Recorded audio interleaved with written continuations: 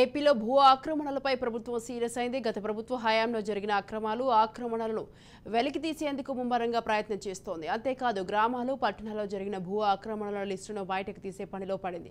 ఇందులో భాగంగా ఈ నెల 15 నుంచి గ్రామ రెవెన్యూ సదస్సులు నిర్వహించనుంది.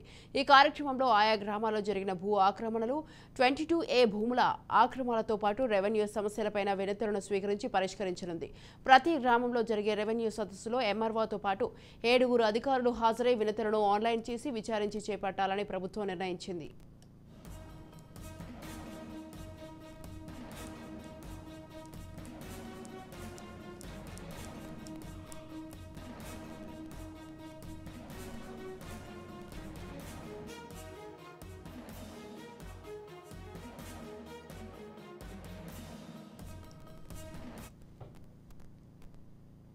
అయితే రీసర్వే పేరుతో గత వైసీపీ సర్కారు ఎక్కడికక్కడ సమస్యలను జటిలం చేసినట్లు అధికారులు గుర్తించారు.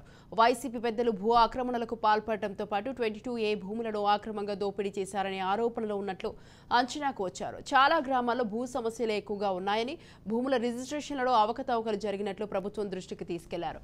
దీంతో భూ సమస్యలన్నింటినీ చెక్ పెట్టేందుకు ప్రభుత్వం రంగం సిద్ధం చేసింది.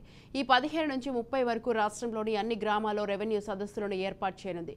ఈ సదస్సులో అందిన ఫిర్యాదులపై సత్వరమే పరిష్కారం చేసే విధంగా ప్రభుత్వం అడుగులు వేస్తోంది.